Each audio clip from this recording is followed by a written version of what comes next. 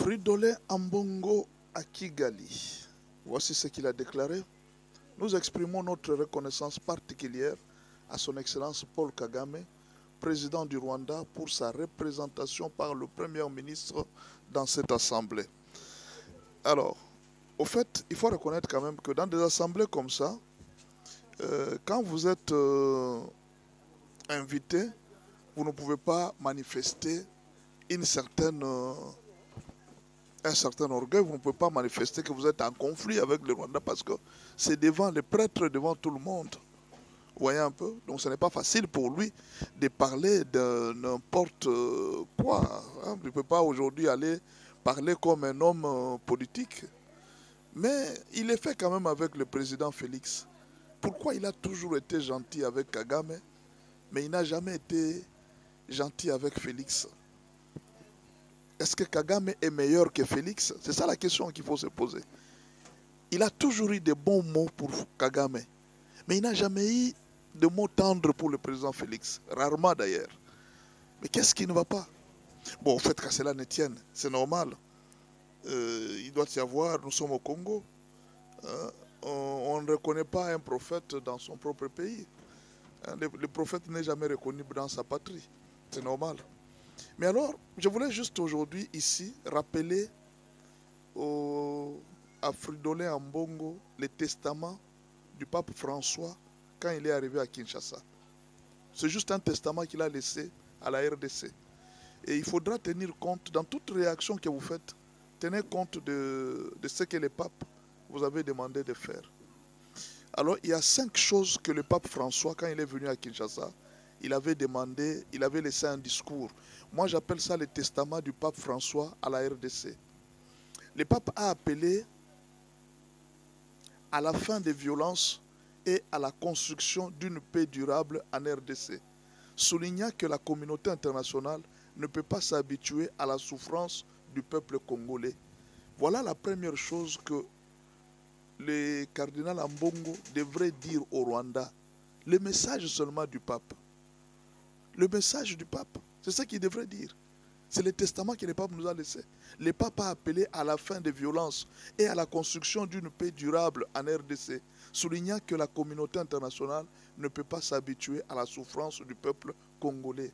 C'était le moment de rappeler à Paul Kagame de retirer ses soldats de la RDC pour que les violences cessent. Deuxième chose que le pape a donné comme testament aux Congolais, dénonciation du tribalisme. Il a mis en garde contre le tribalisme et la confrontation, appelant à l'unité et à la collaboration pour le bien commun.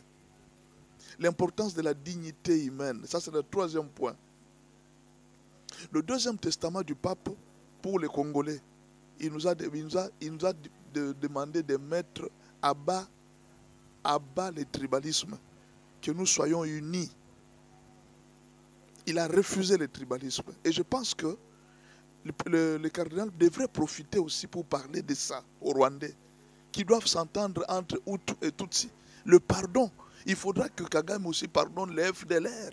De la même façon que Ambongo est en train de nous demander de nous réconcilier avec Kabila, il fallait qu'il profite aussi pour dire à Kagame, il dit non, vous pouvez profiter aussi pour pardonner aux FDLR, qu'ils rentrent chez eux tranquillement, à tous les Rwandais, soyez réconciliés. C'est très important. Troisième chose que le pape a demandé, en dehors de dénonciation au tribalisme et à l'appel à la paix, le pape a parlé de l'importance de la dignité humaine. L'importance de la dignité humaine. Le pape a insisté sur la nécessité de remettre la dignité humaine au centre des préoccupations et de construire des structures sociales alternatives basées sur ces principes. Monsieur le cardinal, c'est un testament que le pape nous a laissé. Revenez à la dignité humaine. Regardez comment est-ce qu'on est en train de tuer les gens. Par le monsieur que vous avez félicité là. Il tue nos frères à l'Est d'une manière inhumaine. Et le pape a laissé la dignité humaine. Juste ce message seulement. Il fallait le dire à Kigali. C'est le testament que le pape nous a laissé. Le pape a insisté sur la dignité humaine. La dignité humaine au centre des préoccupations. et de construire des structures sociales alternatives basées sur ces principes. C'est-à-dire tout ce que vous devez faire, cardinal Ambomou, ce que le pape vous avait demandé, c'était de construire des structures pour respecter la dignité humaine. Quand vous allez dans des rencontres comme ça, comme le Rwanda, vous devez insister sur ça. Pour que les Rwandais se retirent, qu'ils ne tuent plus les gens d'une manière inhumaine.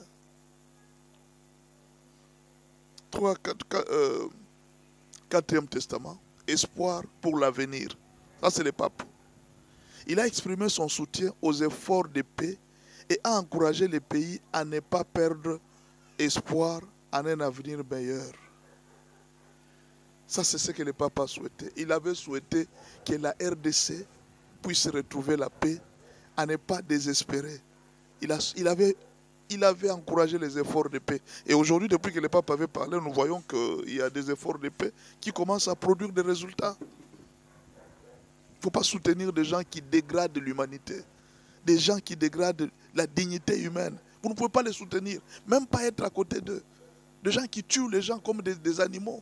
Vous ne pouvez pas être à côté d'eux. Quelqu'un qui tue plus de 15 millions d'habitants, vous ne pouvez même pas citer son nom. C'est ce que le pape était en train de dire. Dignité humaine, la dignité humaine. Allons-y avec le 5e testament du pape. On va parler du 5e testament du pape. Engagement pour les périphéries. Le pape s'est engagé pour les périphéries. Le pape a une fois de plus souligné l'importance de se tourner vers les plus vulnérables. Il faut que ce message arrive au cardinal. De se tourner vers les plus vulnérables, les laisser pour compte et de lutter pour les inégalités sociales en cohérence avec sa vision du monde plus juste et fraternel. Le monde plus juste et fraternel. Le plus vulnérable, plus de 700 000 personnes sont en train de fuir la guerre à l'Est. Ils dorment dehors. Aucun mot, aucune phrase.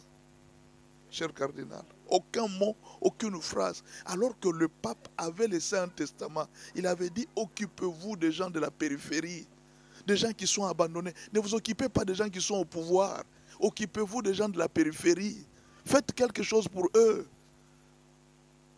Certes, l'Église catholique n'a pas d'argent pour aller distribuer à tous ces gens, mais le fait quand on vous donne la parole, parlez en leur faveur. Partout où vous allez, parlez en faveur de ce peuple.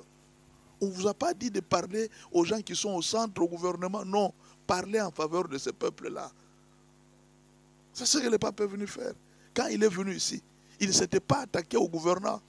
Il a dit aux Occidentaux, retirez vos mains de l'Afrique. C'est ce qu'il faut dire. Il faut dire à tous ces présidents, là où on vous présente, retirez vos mains de la RDC. Retirez vos mains de la RDC. Il ne faut pas dévaliser la RDC.